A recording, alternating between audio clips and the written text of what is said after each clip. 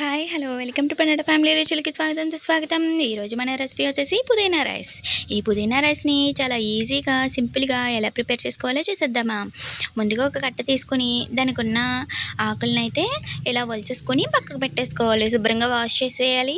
Wash చేసుకుని పక్కన పెట్టుకోవాలి. ఇప్పుడు ఒక మిక్సీ జార్ తీసుకుని ఈ పుదీనానంతా కూడా మిక్సీ జార్లోకి అయితే వేసేసుకోవాలి. ఇలా వేసుకున్న తర్వాత మనం పొట్టు తీసిన వెల్లుల్లిపాయలు 4 లేదా 5 వేసుకోండి. ఇలా పొట్టు తీసి వేసుకుంటే మనకి బాగుంటుందన్నమాట. అలాగే అల్లం కూడా వేసుకోవాలి. దానికి కూడా పొట్టు తీసేసి వేసుకోవాలి. ఇలా తగినంత కారాన్ని కూడా యాడ్ చేసుకుందాము. పచ్చిమిర్చిని అనమాట, నేను 3 తీసుకున్నాను పచ్చిమిర్చిని. అలాగే ఇందులోకి తగినంత ఉప్పును కూడా వేసి బాగా మెత్తని పేస్ట్ లాగా వాటర్ పోసుకుని ఆడేసుకోవాలి. అలాగే సన్నగా చాప్ చేసుకున్న కొద్దిగా ఒక ఉల్లిపాయని తీసుకుంటున్నాను అనమాట.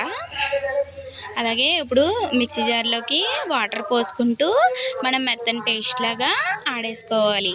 ఇలా మెత్తని పేస్ట్ లాగా ఆడేసుకుని మనం పక్కన పెట్టేసుకోవాలి. ఈ లోపల మనం తీసుకొని అందులోకి కొద్దిగా ఒక 2 టేబుల్ స్పూన్లు ఆయిల్ వేసుకొని ఇందులోకి మినపప్పు, ఆవాలు, జీలకర్ర వేసుకోవాలి.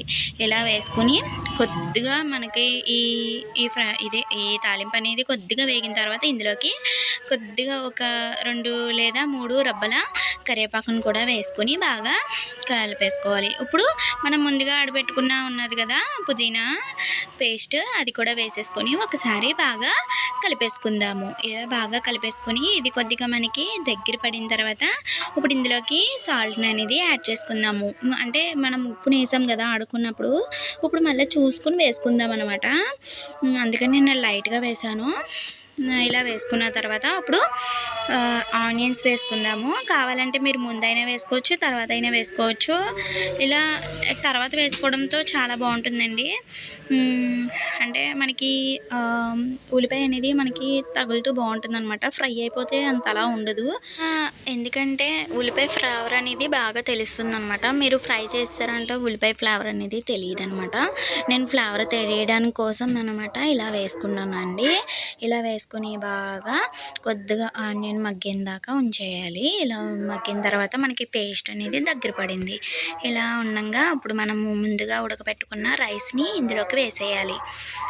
నేను ఇక్కడ 2 కప్పులను అయితే వేసిన తర్వాత మనం చాలా బాగా కలుపుకోవాలి. ఎందుకంటే మనకి పుదీనా రైస్ అనేది బాగా కలపడంతోనే మంచి టేస్ట్ అనేది వస్తుంది.